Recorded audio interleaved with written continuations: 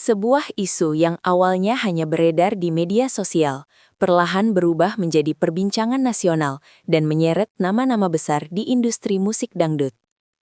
Dalam beberapa waktu terakhir, nama April Cirebon, salah satu peserta dari ajang Dangdut Akademi 7, kembali ramai dibicarakan publik. Perbincangan ini bukan bermula dari penampilan terbarunya di atas panggung, melainkan dari potongan peristiwa lama yang kembali muncul dan menyebar luas di berbagai platform digital. Fenomena ini bukan hal baru di era media sosial, di mana arsip lama dapat dengan mudah diangkat kembali dan diberi makna baru oleh publik.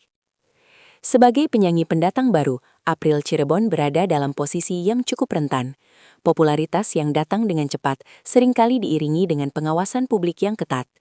Setiap pernyataan, ekspresi, bahkan potongan video lama dapat menjadi bahan interpretasi yang beragam. Dalam kasus ini, sebagian warganet menilai bahwa peristiwa tersebut berdampak pada perjalanan karirnya di kompetisi yang sedang berlangsung. Situasi menjadi semakin kompleks ketika isu tersebut tidak hanya berhenti pada sosok April Cirebon.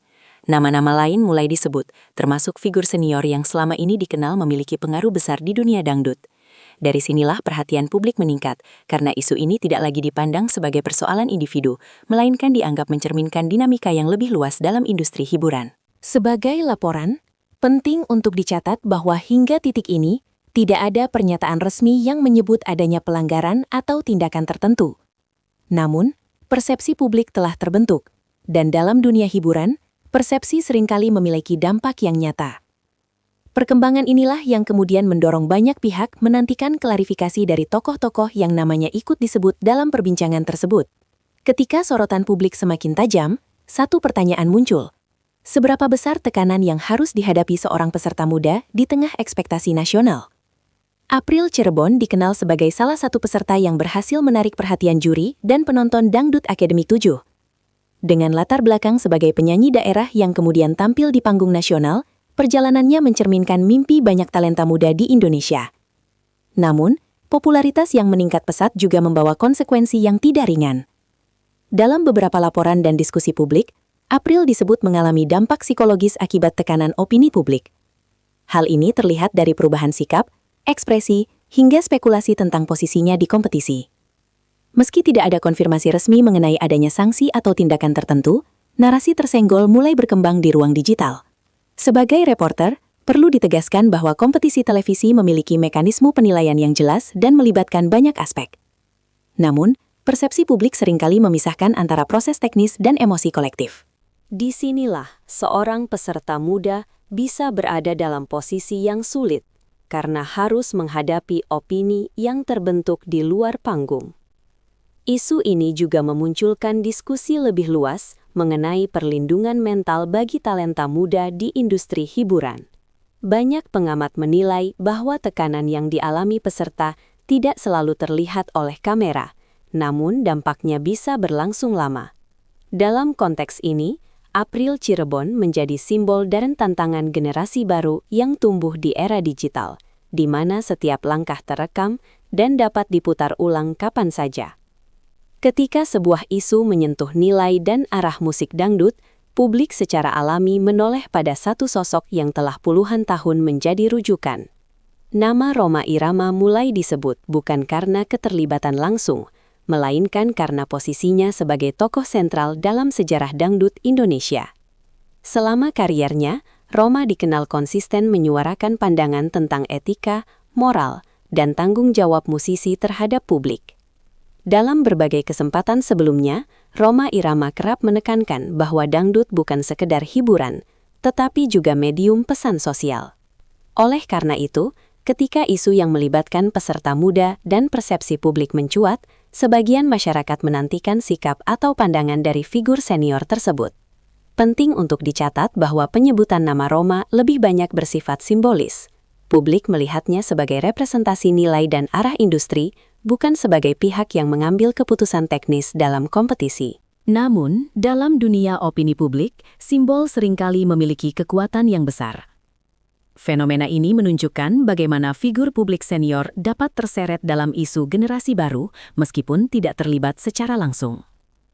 Hal ini sekaligus mencerminkan besarnya pengaruh yang masih dimiliki Rhoma Irama dalam membentuk wacana dangdut di Indonesia. Ketika akhirnya angkat bicara, pernyataan yang disampaikan justru memunculkan lebih banyak refleksi daripada kontroversi terbuka. Dalam pernyataannya kepada media, Rhoma Irama memilih pendekatan yang tenang dan tidak konfrontatif. Ia tidak menyebut nama secara spesifik, namun berbicara dalam konteks umum mengenai tanggung jawab publik figur, tekanan industri hiburan, serta pentingnya kebijaksanaan dalam menilai seseorang. Gaya penyampaian ini memicu beragam penafsiran. Sebagian pihak menilai pernyataan tersebut sebagai bentuk nasihat, sementara yang lain melihatnya sebagai pengingat keras tentang konsekuensi popularitas. Sebagai laporan berita, perlu digarisbawahi bahwa tidak ada kalimat yang secara eksplisit menyudutkan individu tertentu. Justru, pendekatan tidak langsung ini dianggap mencerminkan posisi Rhoma sebagai figur senior yang lebih memilih refleksi daripada polemik. Dalam dunia hiburan yang serba cepat, sikap ini cukup kontras dengan budaya viral yang sering menuntut reaksi instan. Pernyataan tersebut kemudian menjadi bahan diskusi lanjutan, bukan hanya tentang April Cirebon, tetapi juga tentang bagaimana industri seharusnya menyikapi talenta muda yang sedang belajar menghadapi sorotan publik. Satu isu personal ternyata membuka diskusi yang jauh lebih besar tentang masa depan dangdut dan industri hiburan secara umum.